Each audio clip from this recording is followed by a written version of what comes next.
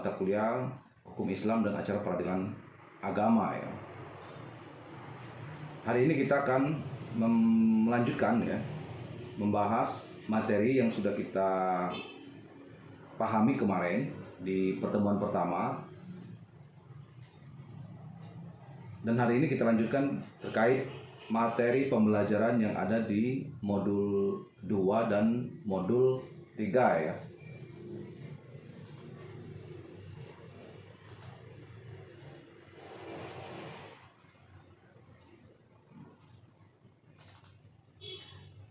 Ya, melanjutkan apa yang sudah kita sama-sama pahami kemarin ya, terkait hukum Islam ya, bagaimana hukum Islam ya kemudian diaplikasikan ke hukum positif yang ada di Indonesia. Kemarin salah satunya, contohnya kemarin kita diskusi tentang pernikahan anak di bawah umur begitu ya. Nah, hari ini kita melanjutkan materi tentang hal yang kurang lebih sama ya, terkait sumber-sumber hukum Islam begitu ya.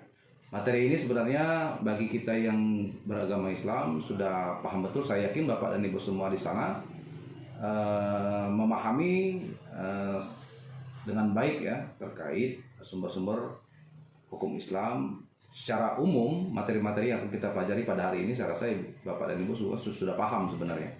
Tinggal nanti kita barangkali ada hal-hal yang perlu kita diskusikan, yang perlu barangkali sebuah informasi baru dan lain sebagainya gitu. Baik ya, kita mulai untuk hari ini terkait sumber-sumber hukum Islam ya. Jadi seperti yang disampaikan di minggu yang lalu, bahwa sumber hukum Islam ini ada 3 jenis ya. Yang pertama adalah Al-Quran itu sendiri, yang kedua adalah sunnah ya, yang ketiga adalah ijtihad para ulama begitu. Nah, dalam menentukan suatu hukum, pertama kali dicari melalui Al-Quran ya. Apabila tidak ada, dicari sunnahnya ya. Apabila masih juga tidak ditemukan, kemudian digunakan ijtihad ya, dengan dasar Al-Quran dan sunnah itu sendiri. Nah, dalam hal ini ijtihad tersebut tidak boleh bertentangan dengan sunnah, kemudian sunnah tidak boleh bertentangan dengan Al-Quran ya. Jadi dia secara korelasi integral begitu ya, harus merujuk ke atas begitu. Selain hal itu, dapat juga ditarik kesimpulan sebagai berikut. Yang pertama, Al-Quran bukanlah kitab hukum yang memuat kaidah-kaidah yang lengkap dan terperinci ya. Dia masih bersifat general atau umum ya. Kemudian yang kedua, sunnah Rasul dalam hadis ya, sepanjang mengenai muamalah hanya mengandung kaidah umum yang harus diperinci oleh orang yang memenuhi syarat untuk diterapkan dalam kasus tersebut. Yang ketiga, hukum Islam dalam Al-Quran dan hadis tersebut harus dikaji lebih lanjut gitu. Yang keempat, hakim atau penguasa tidak boleh menolak menyelesaikan masalah atau sengketa dengan alasan bahwa hukumnya tidak ada, tetapi harus melakukan ijtihad dengan berbagai jalan atau upaya begitu. Pertama adalah Al-Quran. Al-Quran secara etimologis berasal dari kata qara'a yang berarti membaca, menelaah, mempelajari atau menyampaikan atau mengumpulkan atau melahirkan begitu. Kemudian berubah menjadi kata benda Quran ya. Ini tata bahasa Arab ya, yang berarti bacaan atau sesuatu yang harus dibaca atau dipelajari. Dapat disimpulkan bahwa Al-Quran adalah kitab bacaan yang berasal dari Allah Subhanahu wa Ta'ala, yang diwahyukan kepada Nabi Muhammad, yang berawal dari Al-Fatihah sampai dengan An-Nas begitu. Nah, ini yang penting adalah bagaimana sejarah ya, kodifikasi dan perkembangan Al-Quran dari masa ke masa.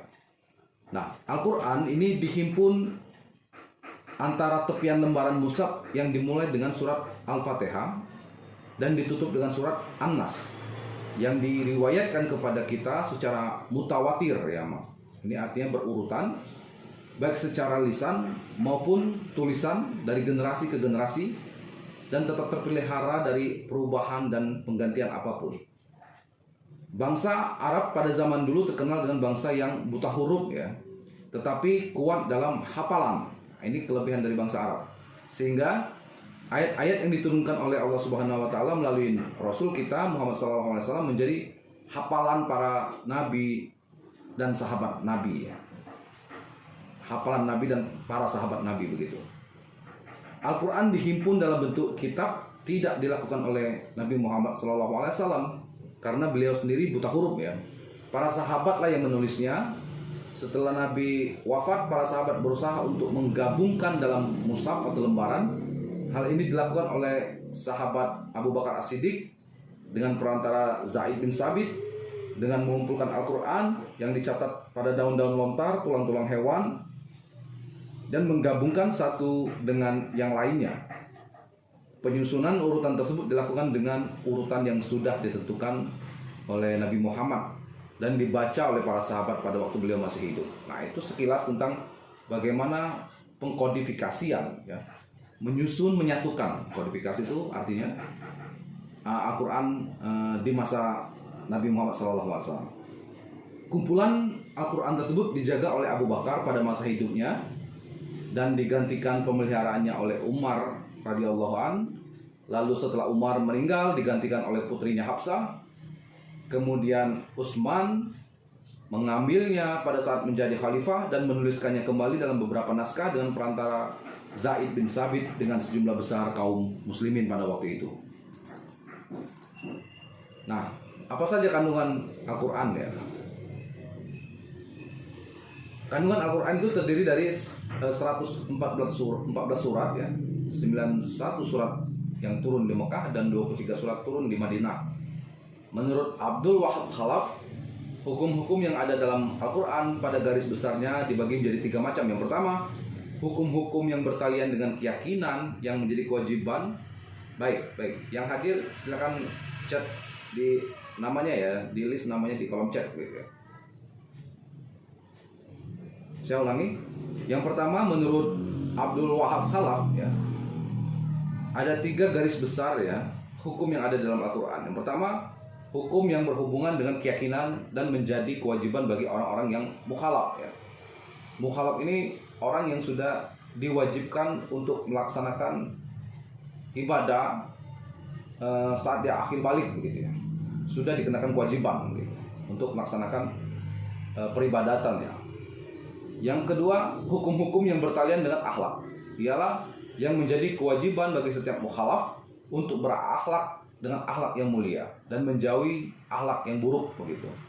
Yang ketiga, hukum-hukum yang berkaitan dengan apa saja yang diperbuat atau dikatakan oleh setiap mukhalaf dalam pergaulan hidupnya. Selanjutnya Abdul Wahab mengemukakan hukum-hukum yang berhubungan dengan pergaulan hidup. Ini dalam Al-Quran ada 2 macam. Yang pertama, hukum-hukum ibadah seperti sholat, puasa, zakat, haji, sumpah ibadah maupun ibadah-ibadah lainnya. Yang kedua, hukum-hukum yang mengatur pergaulan hidup antar sesama manusia atau muamalah. Nah, pada bagian ini seperti kita pelajari di minggu yang lalu disebut dengan syariah. Nah, syariah inilah yang kemudian dalam konteks kekinian bertransformasi untuk diaplikasikan ya dalam kehidupan yang sekarang kita saat ini.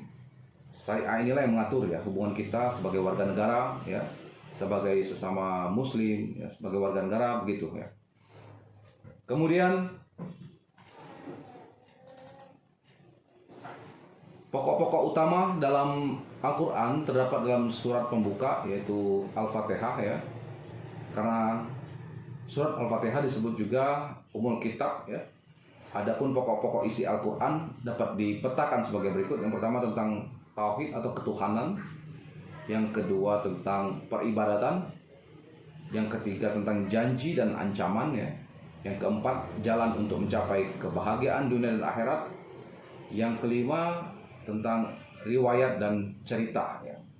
Sementara itu hukum yang dikandung dalam Al-Quran meliputi 3 macam, antara lain yang pertama hukum-hukum i'tikadiyah ya, yang berkaitan dengan hal-hal yang harus dipercaya oleh setiap subjek hukum, yaitu mempercayai Allah, malaikat, kitab, rasul, hari akhir, qada dan qadar begitu. Yang kedua, hukum moralitas berhubungan dengan sesuatu yang harus dijadikan perhiasan oleh setiap subjek hukum yang berupa hal keutamaan dan menghindarkan diri dari hal-hal yang tercela. Yang ketiga, hukum amaliyah berkaitan dengan sesuatu yang timbul dari subjek hukum berupa perkataan, perbuatan, perjanjian hukum maupun pembelanjaan. Hukum amaliyah dibagi menjadi dua macam. Yang pertama adalah hukum ibadah, yaitu hukum yang mengatur hubungan antara manusia dan Tuhan. Kemudian yang kedua adalah muamalah, yang mengatur hubungan manusia dengan sesamanya, ya, begitu. Lalu terkait sunnah, ya, sunnah Nabi atau sunnah Rasul begitu. Secara etimologi berarti jalan atau metode. Menurut ulama ahli hadis, sunnah adalah perkataan, perbuatan, ya, legislasi, sifat akhlak dan anggota badan yang sumbernya dari Rasulullah gitu. Sementara itu menurut ulama usul fikih, sunnah adalah perkataan, perbuatan, legalisasi terhadap suatu perkataan perbuatan yang datang dari Rasul gitu. Nah, sunnah juga sebagai sumber hukum di dalam hukum Islam. Sunnah adalah sumber hukum Islam yang kedua setelah Al-Quran. Sunnah berfungsi sebagai penopang atau penyempurna, ya, dalam menjelaskan hukum-hukum yang ada dalam Al-Quran. Apabila sunnah tidak berfungsi sebagai hukum, kaum muslimin akan mengalami kesulitan dalam hal cara sholat misalnya, kadar ketentuan zakat misalnya, cara haji dan lain hal, ya. Hal ini sebab ayat Al-Quran hanya berbicara secara global dan umum. Penjelasan secara terperinci ditemui di dalam sunnah. Hubungan sunnah dan Al-Quran. Jadi fungsi hadis secara umum adalah menjelaskan kandungan yang terdapat dalam Al-Quran yang memiliki makna sangat dalam dan global. Lalu ada juga klasifikasi hadis. Saya rasa ini bisa dibaca oleh Bapak dan Ibu, ya.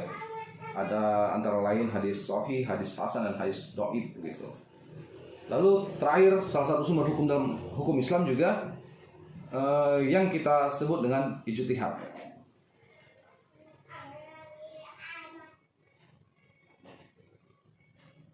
Seiring dengan berkembangnya zaman yang pesat, ya, masalah-masalah yang timbul pada saat ini tidak ditemukan pada zaman Rasulullah, ya. Pada saat ini, jauh setelah turunnya wahyu yang terakhir, persoalan yang dihadapi semakin kompleks dan menuntut adanya pemikiran para ahli untuk menemukan hukum. Suatu persoalan yang tidak dijumpai pada masa dahulu dengan dasar sumber hukum yang telah ada. Maka itu muncullah ijtihad untuk menyelesaikan perkara yang belum diketahui hukumnya, karena belum pernah dijumpai kasus-kasus tersebut pada masa sebelumnya. Nah, pendapat ahli ijtihad ini berarti penggunaan akal sekuat mungkin untuk menemukan suatu hukum tertentu yang secara eksplisit terdapat dalam Al-Quran dan Sunnah. Orang yang melakukan ijtihad ini disebut dengan mujtahid. Mujtahid ini adalah seorang ahli fikih, orang yang filsuf begitu, yang benar-benar memahami terkait Al-Quran dan hadis. Ijtihad ini memiliki batasan, ya, yaitu tidak boleh dilakukan dalam ranah hukum akidah, peribadatan, karena sudah memiliki arti yang sudah jelas dan pasti. Ijtihad hanya berbentuk perbuatan fisik dan furu' atau cabang gitu.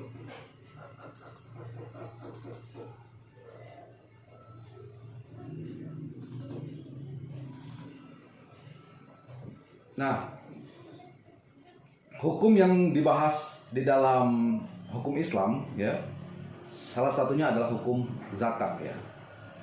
Saya rasa terkait hukum zakat ini Bapak dan Ibu sudah sangat memahami, ya. Cuman ini hanya mengulas saja untuk mengingatkan kembali begitu. Nah, dilihat dari segi bahasa, zakat ini berasal dari kata al-zakat yang mempunyai arti berkah, ya. Tumbuh, bersih, suci, baik. Makanya kalau kita dapat rezeki, ya, kita diharuskan untuk menyisihkan, ya, 2,5% begitu untuk zakat kita, ya. terutama juga di Hari Raya Idul Fitri begitu, ada zakat fitri, ada juga zakat mal gitu ya. Kemudian ada ulama yang mendefinisikan zakat sebagai hak yang wajib terkandung dalam harta benda tertentu untuk golongan masyarakat tertentu dalam waktu tertentu ya. Dalam pasal 1 angka 2 Undang-Undang 23 2011 tentang pengelolaan zakat ya, disebutkan bahwa yang dimaksud dengan zakat adalah harta yang wajib dikeluarkan oleh seorang muslim atau badan usaha untuk diberikan kepada yang berhak menerimanya sesuai dengan syariat Islam. Selanjutnya dalam angka 1 disebutkan bahwa yang dimaksud dengan pengelolaan zakat adalah kegiatan perencanaan, pelaksanaan, pengkoordinasian dalam pengumpulan, pendistribusian dan pendayagunaan zakat ya. Zakat merupakan salah satu dari rukun Islam dan ibadah yang bercorak kemasyarakatan. Di samping sebagai ibadah, zakat juga punya fungsi sosial ya, sebagai bentuk peduli kepada orang-orang yang membutuhkan gitu. Nah, prinsip-prinsip zakat antara lain yang pertama, zakat hanya dikenakan pada harta yang mempunyai sifat secara potensial dapat berkembang baik ya. Kemudian yang kedua, zakat dibayarkan dari harta yang terkena wajib zakat. Ketentuan ini berlaku untuk benda bergerak seperti zakat pertanian begitu, ataupun zakat pertambangan ada juga begitu ya, maupun logam mulia dan lain sebagainya. Kemudian zakat dipungut dari harta yang benar-benar menjadi milik dan berada di tangan para wajib zakat. Kemudian zakat yang tidak dibayarkan pada waktunya tetap menjadi tanggung jawab para wajib zakat ya, dan menyangkut semua harta yang terkena wajib zakat. Zakat tidak hapus dengan lampaunya waktu mengeluarkan zakat.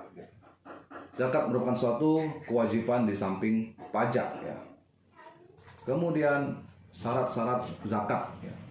Nah, pemilikan yang pertama adalah pemilikan yang pasti atau penuh. Berarti harta tersebut sepenuhnya berada dalam kekuasaan pemilik, baik kekuasaan untuk memanfaatkan maupun menikmati hasil yang di dalamnya tidak tersangkut hak orang lain. Yang kedua, berkembang ya. Berarti harta tersebut dapat berkembang baik secara alami berdasarkan sunnatullah maupun karena ikhtiar atau usaha manusia, baik kekayaan itu berada di tangan yang punya maupun orang lain atas namanya.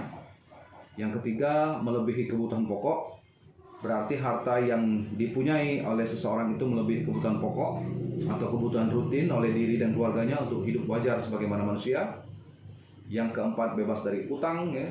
Yang kelima, mencapai nisab, berarti harta itu telah mencapai jumlah yang harus dikeluarkan zakatnya. Berlaku 1 tahun, berarti harta itu harus mencapai waktu tertentu pengeluaran zakat. Biasanya 12 bulan atau setiap kali menunaikan panen kalau pertanian ya. Lalu di dalam Undang-Undang Zakat, Undang-Undang 23 2011 juga ada harta yang wajib dizakati ya. Nah, ini korelasinya ya, korelasi dari bagaimana hukum Islam ya kemudian dimanifestasikan atau diaplikasikan dalam hukum positif Indonesia. Zakat ini diatur, dibicarakan atau ada ketentuannya di dalam Al-Quran ya. Kemudian di dalam sunnah juga Rasul sering berbicara terkait zakat ini ya. Nah, dalam implementasi dalam konteks negara Indonesia tidak bisa kita hanya merujuk kepada ketentuan yang ada dalam Al-Quran dan hadis saja ya. Maka pemerintah mengeluarkan aturan ya.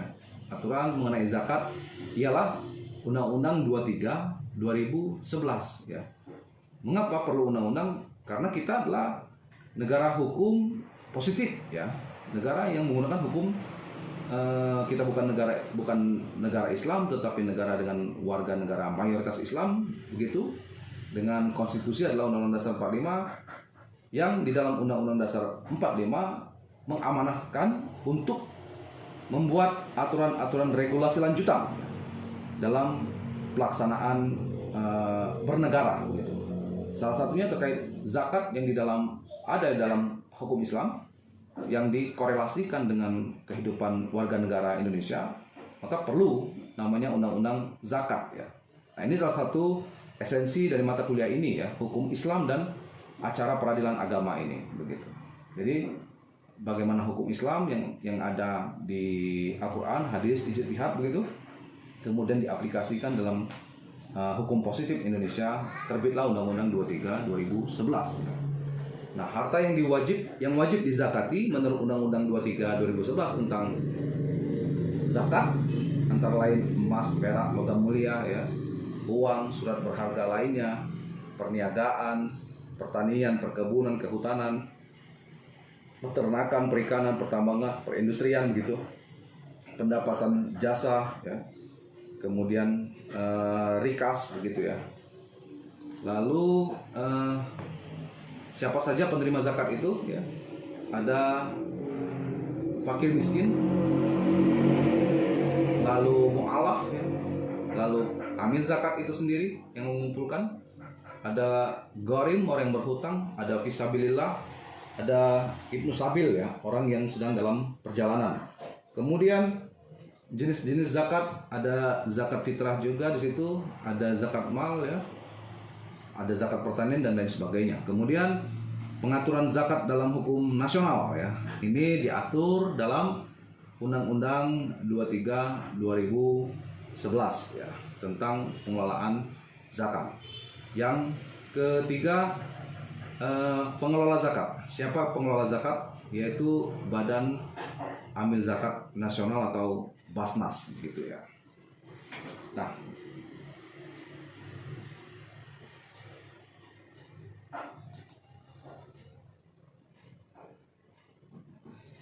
baik ya, Bapak dan Ibu semua, untuk materi modul 2 dan modul 3, sedikit sekali sebenarnya materi konten yang ada di dalamnya, hanya terkait mengenai sumber-sumber hukum Islam, dan di modul kedua dan modul ketiga tentang salah satu hukum Islam yang diterapkan itu adalah terkait zakat ya. Nah, ada hal yang menarik yang ingin saya sampaikan juga terkait zakat ya, bahwa zakat adalah pengumpulan dana masyarakat ya, dana pihak ketiga ya, dana masyarakat dan pihak ketiga. Namun di sini agak sedikit berbeda dengan pengumpulan dana haji ya, pengumpulan dana haji. Nah, kalau di dana haji ya, menurut Undang-Undang Keuangan Negara itu masuk dalam kategori dana negara ya, dana keuangan negara, sehingga dia masuk dalam mekanisme keuangan negara. Akan tetapi berbeda dengan dana zakat ya. Dana zakat ini juga diatur oleh hukum positif kita, tetapi dia tidak masuk dalam mekanisme keuangan negara. Nah, ada hal yang sedikit menarik ya, ingin saya coba transfer ke sharing begitu ya ke Bapak dan Ibu semua. Jadi baru-baru ini saya mendampingi ya, ada pendampingan kasus tindak pidana korupsi ya. Jadi ada diklat ya, penguatan kepala sekolah ya. Jadi di tahun 2019 dulu di Kabupaten Musrawas itu ada diklat, namanya diklat penguatan kepala sekolah ya. Jadi kepala sekolah yang sudah menjadi kepala sekolah tetapi belum memiliki sertifikat ya,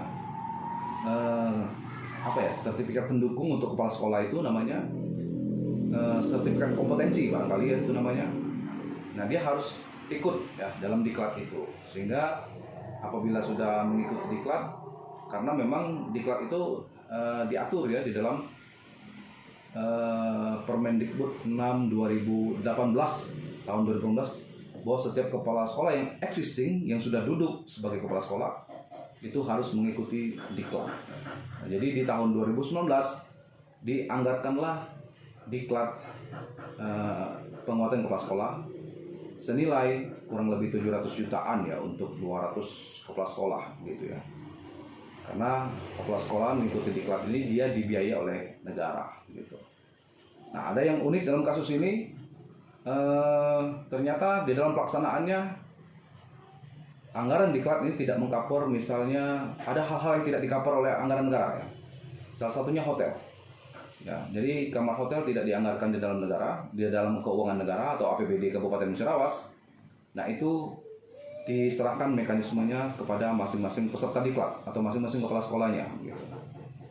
Nah, akhirnya berembuk ya kepala sekolah ini, yang peserta diklat ini, untuk mereka membiayai sendiri begitu ya, pengadaan hotel dan lain halnya yang tidak dibiayai oleh negara ya. Salah satunya untuk penginapan mereka, karena Musirawas itu wilayah yang cukup luas. Kalau dari Muara Kelingi, Muara Kitan, Megang Sakti, kecamatan-kecamatan jauh, karena pusat kegiatan ada di Lubuk dan itu full 1 minggu begitu, dan tidak mungkin untuk mereka bolak-balik kalau wilayah-wilayah yang jauh dan harus menginap gitu ya. Akhirnya mereka patungan kira-kira begitu, patungan untuk mencukupi kebutuhan mereka agar mereka semua terkonsolidasi dengan baik dalam satu tempat. Nah, ternyata di dalam perjalanan sebelumnya masing-masing kepala sekolah itu patungan masing-masing 3 juta ya, untuk biaya mereka sendiri, biaya nginap mereka.